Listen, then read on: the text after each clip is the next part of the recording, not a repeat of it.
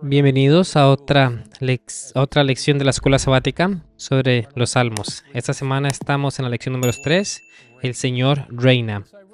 Mientras leía esta lección intenté resumirla extrayendo los atributos de Dios y su carácter. Y realmente hay 5 cualidades de Dios a lo largo del estudio de esta semana. Primero, Cristo como el Creador Todopoderoso. Segundo, Cristo como el Señor Supremo. Tercero, Cristo como el Juez Justo. Cuarto, Cristo como el Salvador y Redentor. Y quinto, Cristo como el Legislador Supremo. Vamos a estudiar ahora nuestra lección. Si miramos en la introducción de la lección, encontraremos que habla de los salmos sosteniendo inquebrantablemente la creencia fundamental en el reinado soberano de Dios. El Señor creó y sostiene todo lo que ha creado. Así que esta lección se enfoca en la soberanía de Dios. ¿Cómo así que soberanía? Cuando decimos soberanía de Dios, nos referimos a que Dios reina sobre todas las cosas. Dios sostiene todas las cosas e incluso cuando Dios permite, a través de su clemente voluntad, que surja el mal, Dios aún está en el trono. El mal un día seguirá su curso, pero en el tiempo de Dios el mal será juzgado, condenado y erradicado. Así que esta lección hace énfasis en el reino de Dios, en el hecho de que Él es soberano en todo el mundo. Si miramos en la lección del domingo, encontramos un enfoque en Cristo como el Creador Todopoderoso. Así lo encontramos en 2 de los salmos que aparecen allí. Salmos capítulo 8, versículo 13, que dice: Cuando veo tus cielos, obra de tus dedos, la luna y las estrellas que tú formaste, digo, ¿qué es el hombre para que tengas de él memoria? Y el Hijo del hombre para que lo visites. Le has hecho poco menor que los ángeles y lo coronaste de gloria y de honra. Así que aquí vemos que Dios se posiciona como el que nos creó, el que nos formó. Esto es revelado incluso más claramente en el Salmos capítulo 100, donde David en el versículo 3 dice así: Reconoced que Jehová es Dios. Él nos hizo y no nosotros a nosotros mismos. Ese es un interesante enfoque sobre la autosuficiencia en el respecto de que Dios nos hizo a nosotros. No nos creamos a nosotros mismos. No nos hicimos a nosotros mismos. Somos totalmente dependientes de nuestro Creador. Ahora, en una época en la que la hipótesis evolutiva se ha vuelto tan popular y prevaleciente, los salmos nos hablan del hecho de que no somos una mota del polvo cósmico. No somos simplemente piel que cubre los huesos. No somos ningún accidente genético. Fuimos formados y creados por Dios. Eso hace toda la diferencia. Porque si Dios nos creó, eso nos confiere valor. Somos dignos a la vista de Dios. Si Dios nos creó, Él cuida de nosotros. Y donde quiera que nos encontremos en la vida, el que nos hizo, nos formó y nos creó, está allí para nosotros. Nuestra lección del domingo se desarrolla haciendo hincapié en el que en el Señor lo ha creado todo, no tiene principio ni fin. Él es eterno y superior a los dioses comunes de las naciones, que no solo no son solo obras de manos de hombre, nada más. Los ídolos, manos tienen, pero no palpan, mientras que su mano está profundamente en la tierra y sus manos formaron la tierra firme. Así que el salmista está precisamente precisando de que Dios, o más bien diciendo que Dios es el Creador Todopoderoso. Cuando miras el Salmo 19, por ejemplo, los cielos cuentan la gloria de Dios y el firmamento anuncia la obra de sus manos. Un día emite palabra a otro día y una noche a otra noche declara sabiduría. En otras palabras, cuando miro las estrellas y veo la asombrosa precisión de la creación, esto me indica que hay un Dios creador. Se cuenta que en cierta ocasión, mientras Napoleón se hallaba en un barco con sus marineros, debatían la existencia de Dios. Estaban compartiendo todas las razones filosóficas por las que creían que Dios no existía. Y parecía que las fuerzas ateas estaban ganando. Así que Napoleón se acercó a este grupo, como se cuenta la historia, y se detuvo a contemplar las estrellas y luego dijo, miren, caballeros, ¿quién hizo las estrellas? Como ya sabes, las estrellas, cuando piensas en ellas, y los planetas, ¿qué acerca de los planetas girando alrededor del Sol como el centro de nuestro sistema solar? ¿Quién mantiene esos planetas en su órbita? ¿Quién sostiene el campo magnético de modo que la Tierra no se acerque demasiado al Sol cuando éste arde? ¿Quién sostiene la Tierra en su lugar para que no salga de sus límites y por ende se congele? El salmista conoce la respuesta a esa pregunta. La creación también da testimonio del amor de Dios. Todo lo que existe debe su existencia a Dios, quien también sustenta la vida. Creo que un punto a destacar en nuestra lección de esta semana es que la vida no es un accidente cósmico. Todo en la vida es sostenido por Dios y nada más que Dios. Así que pasamos de un creador poderoso al Señor soberano. La lección del lunes. El Señor reina. Ahora, ¿qué significa ser soberano? Eso significa que Él es supremo. Significa que Él tiene el control. La primera oración dice, estrechamente ligado, mejor dicho, inseparablemente ligado, al concepto del Señor como creador, está el concepto del Señor como soberano, como gobernante. ¿Qué es lo que caracteriza ahora el reino de Dios? La respuesta la encontramos en Salmos 97. Salmos capítulo 97, versículos 1 y 2. Jehová reina, regocíjese la tierra, alégrese en las muchas costas. Versículo 2. Nubes y oscuridad alrededor de él, justicia y juicio son el cimiento de su trono. Así que la cualidad del reino de Dios, la justicia y el juicio. ¿Qué es la justicia? La justicia tiene que ver con una vida correcta. La justicia tiene que ver con vivir en armonía con la voluntad de Dios. La justicia tiene que ver con los atributos de Dios, los cuales son la equidad, la honestidad, la integridad. Así que luego, debajo de la nota de la lección del domingo vemos que dice lo siguiente aquí. El reinado del Señor se demuestra en su obra de creación, salvación y juicio. El Señor establece su reinado sobre todo el mundo. El reino de Dios es un reino eterno, sin parangón en poder y majestad. El reino del Señor se basa en la misericordia, la justicia y la rectitud y aporta orden y estabilidad al mundo creado. Ahora quiero que piensen en esto, por favor. El hecho de que Dios está en el trono y es Dios quien reina, se atribuye el orden y la estabilidad de nuestro mundo. La justicia es el fundamento de su trono.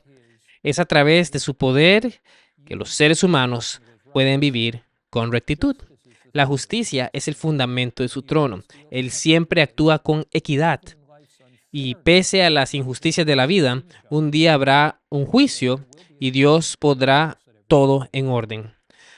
Así que el hecho de saber que el Señor está en su trono, que el Señor reina, trae estabilidad al universo. Ahora, es cierto que vivimos en un mundo donde habita el bien y el mal. Es cierto que la maldad a veces prevalece, pero podemos estar seguros de que Dios es juez y como juez justo hará que todas las cosas sean correctas. Ese es el tema del Salmo 75. Ahora, recuérdense que los 5 atributos de Dios, ¿verdad? Dios, el Creador Todopoderoso, Dios, el Señor Supremo, Dios, el Juez Justo. Ahora veamos el Salmos capítulo 75. Y en el Salmo 75 habla del juicio de Dios y del hecho de que Él es un juez justo. Leamos Salmo 75, versículos 6 al 7.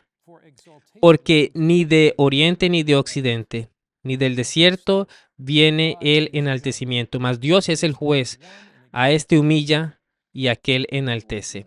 En otras palabras, incluso en nuestras propias vidas, de manera personal, podemos confiar en que Dios nos llevará a un lugar en el que Él desea que estemos, en la posición en la que Él desea que estemos. Podemos confiar en Él. Él es, de acuerdo con esto, el juez justo. Entonces, porque el cáliz está en la mano de Jehová y el vino está fermentado, lleno de mistura, y Él derrama del mismo. En la Biblia, el vino es a menudo un símbolo de falsa doctrina, también es un símbolo del juicio de Dios o de su ira más bien, y que cuando leemos acerca de la ira en la Biblia, estamos leyendo acerca del juicio. Hay una muy buena explicación sobre esto.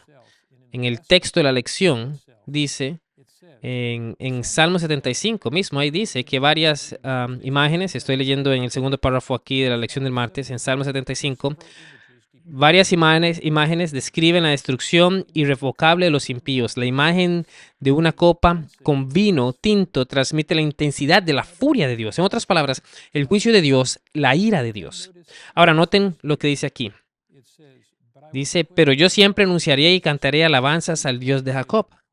Quebrantaré todo el poderío de los pecadores, pero el poder del justo será exaltado. ¿Qué simbolismo tienen los cuernos en la Biblia? Los cuernos son una señal de poder, representan la fuerza. Así que si los cuernos de los malvados son cortados, quiere decir que han quedado sin fuerza. Así que el Salmo 75 subraya que aunque los malvados en ocasión reinen, aunque los malvados parezcan triunfar sobre los justos, la furia de Dios, la justicia de Dios y el juicio de Dios al final prevalecerá. Los impíos serán derribados, serán destruidos, sus cuernos serán cortados, es decir, su fuerza se acabará completamente. Así que hasta ahora hemos visto 3 puntos principales. ¿Sabes cuáles son? Primero, Dios, recuerden, es el creador. Segundo, Dios es el Señor soberano. Tercero, Dios es el juez justo. Y en la última parte de la lección del martes, el último párrafo dice, Salmos transmite la misma noción que se expresa en otros textos bíblicos de que el juicio de Dios comienza con el pueblo de Dios y se extiende a toda la tierra. El salmista clama a Dios para que lo juzgue, pero confía en la justicia de Dios para que lo defienda. Es decir, Dios nos juzga, pero al mismo tiempo, Dios es justo para defendernos. Así que cuando pensamos en el juicio, ¿qué viene a tu mente? Tal vez la justicia de Dios, la bondad de Dios, pero también pensamos en la misericordia de Dios, pensamos en la gracia de Dios. Cuando pienso en el juicio del que hablan los salmos, reflexiono en esto. Si hubiera algo más que Dios pudiera hacer para salvarnos, definitivamente Él lo haría. Ahora, en la lección del miércoles, leemos acerca de un Dios desde la perspectiva del juicio. Un Dios que se acuerda siempre de su pacto, su promesa en que Cristo vendrá. Su promesa de que desde la cruz fluye la gracia y la misericordia. Su promesa de que a través de su poder y por su gracia, un día podremos regocijarnos con Él en la tierra prometida. La pregunta planteada en la lección del miércoles es una pregunta poderosa. El tema del juicio de Dios suscita una pregunta importante. ¿Cómo pueden los creyentes tener paz con Dios y la seguridad de la salvación en el momento del juicio? Así que aquí se nos dan 3 textos y creo que vale la pena mirarlos todos. Salmo 94 y versículo 14. Salmos 94 y versículo 14. La pregunta es, ¿cómo podemos tener paz desde la perspectiva del juicio? Porque no abandonará a Jehová a su pueblo, ni desamparará su heredad, sino que el juicio será vuelto a la justicia, y en pos de ella irán todos los rectos de corazón. Así que Dios no abandona a su pueblo en el juicio. Este es un juicio en el que Dios está de nuestro lado, no está en contra de nosotros. Ahora, el segundo texto de nuestra lección es Salmos capítulo 107 y versículos 7 y 10. Así que Salmo 107, si tienes sus Biblias, si estás siguiéndome junto con el folleto, estamos en Salmo 107, versículos 7 al 10. Y nuevamente nos preguntamos, ¿cómo podemos tener seguridad en el juicio? Los dirigió por camino derecho para que viniesen a ciudad habitable. Alaben la misericordia de Jehová y sus maravillas para que con los hijos de los hombres, porque sacia el alma menesterosa y llena de bien el alma hambrienta. Algunos moran en tinieblas y en sombra de muertes, aprisionados en aflicción y en hierros, por cuanto fueron rebeldes a la palabra de Jehová y aborrecieron el consejo del Altísimo. Luego que clamaron a Jehová en su angustia, versículo 13, y los libró de sus aflicciones, los sacó de las tinieblas y de la sombra de muerte y rompió sus prisiones. ¡Wow! Este es nuestro Dios. Este es nuestro Dios. Puede que te hayas alejado de Él, puede que te hayas hecho algo en tu vida que sugiera la necesidad que pasaras por un juicio. Puede que estés pasando por algo ahora mismo que no esté en armonía con su voluntad, pero de acuerdo a los salvos, puedes tener la completa seguridad de que Dios te salvará de toda angustia, de que Dios romperá las cadenas que te atan, de que en el juicio de Dios no estará en contra tuya, sino a tu favor. Eso es algo que Daniel capítulo 7 deja muy claro respecto al juicio.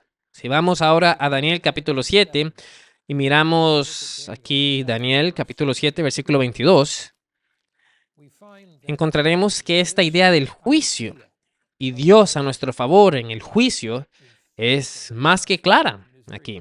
Daniel, una vez más, capítulo 7, versículo 22, hasta que, y veía yo, voy a ver aquí el versículo 21 también, y veía yo que este cuerno hacía guerra contra los santos y los vencía, hasta que vino el anciano de los días, y se dio el juicio a los santos del Altísimo, y llegó el tiempo, y los santos recibieron el reino.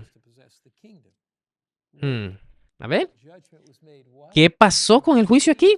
Se hizo a favor de los santos del Altísimo. Si leemos, por ejemplo, el versículo 27, y que el reino y el dominio y la majestad de los reinos debajo de todo el cielo sea dado al pueblo de los santos del Altísimo, cuyo reino es reino eterno, y todos los dominios le servirán y obedecerán.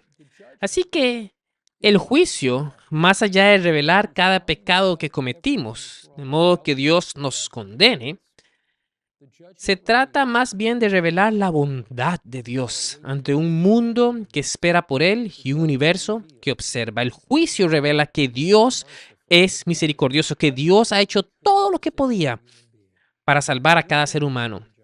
Cuando tu nombre sea mencionado en el juicio, cuando mi nombre aparezca en el juicio, Dios hará la pregunta ante todo el universo. ¿Podría yo haber hecho algo más para salvar a Mark Finley?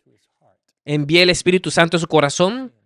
¿Lo convencí de pecado? ¿Me revelé a él en diferentes circunstancias de su vida? ¿Lo guié a la palabra de Dios y le revelé a Cristo? ¿Podría yo haber hecho algo más? Todos los que se habrán perdido lo estarán, no porque no hayan tenido una oportunidad, sino por causa de su actitud de rebelión contra todo lo que Dios ha hecho.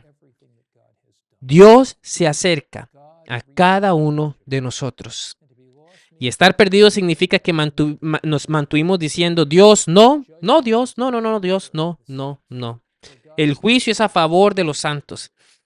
En ese juicio es donde Dios revela ante todo el universo que ha hecho todo lo posible para salvar a todo ser humano. Y aquí está lo que el salmista nos comparte en la lección del miércoles. Los juicios de Dios se realizan para volver al pueblo a la justicia y demostrar que Dios cuida de él. Tenemos un pequeño juicio que se lleva a cabo en nuestras vidas ahora y vemos que Dios está obrando, y eso es para volvernos a Dios a fin de que en el juicio final Dios pueda revelar que ha hecho todo lo posible para salvarnos. El juicio, sin embargo, implica una ley, porque si no tienes ninguna ley, no tienes base para hacer ningún juicio. Nuestras obras no nos salvan, somos salvos por la gracia, Efesios 2:8, porque por gracia sois salvos por medio de la fe, pues es un don de Dios. Así que la salvación es nuestra. Somos salvados por gracia. Lee Efesios 2:8 y lea además los versículos 9 y 10, porque somos hechura suya. Así que la gracia es generosa en buenas obras. La gracia de Dios nos perdona, la gracia de Dios se extiende en nuestras vidas con misericordia, pero esa gracia es una gracia poderosamente dinámica que nos lleva a vivir con obediencia, y es por eso que en el Salmo 19:7, a propósito, el Salmo 19 es uno de mis favoritos, es un salmo asombroso acerca de la bondad de Dios y la gracia de Dios. Es tremendo, es maravilloso. Así que Salmo 19, versículo 7, nos dice que la ley de Jehová es perfecta, que convierte el alma. El testimonio de Jehová es fiel, que hace sabio al sencillo. Los mandamientos de Jehová son rectos, que alegran el corazón. El precepto de Jehová es puro, que alumbra los ojos. Fíjate que en Salmo 19:7 dice que el testimonio del Señor es fiel. Si miras, por ejemplo, el Salmo 119, 165, tendrás una idea muy similar. Salmos capítulo 119 y versículo 165 nos dice: mucha paz tienen los que aman tu ley, y no hay para ellos tropiezo. Bueno, en el Salmo 19 leemos acerca de que el testimonio de Dios es fiel y verdadero. Y aquí leemos acerca de gran paz tienen los que aman tu ley, y no les hace tropezar. Ahora necesitamos agregar un texto más a esta verdad para obtener la idea completa. Salmos 18, versículo 30. Este texto completa la idea. Salmos capítulo 18. Y estamos aquí buscando más bien el versículo 30. En cuanto a Dios, perfecto es su camino, y acrisolada la palabra de Jehová. Escudo es todos los que en él esperan. Ahora, unamos estos enfoques para concluir. Primero, el testimonio del Señor es verdadero. Segundo, los que confían en la ley de Dios están llenos de paz. Tercero, la palabra de Dios es segura o verdadera.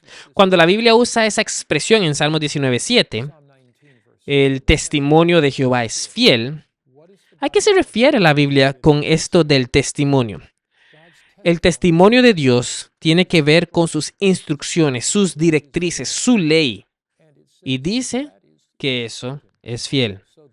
Entonces, la ley de Jehová, la instrucción de Dios, según el salmista, es el modo seguro para que nuestras vidas se llenen de gozo y felicidad. Así que concluyamos esta lección. Primero, Dios es nuestro creador. Él nos formó. Él es nuestro Señor soberano. Él tiene el control del universo.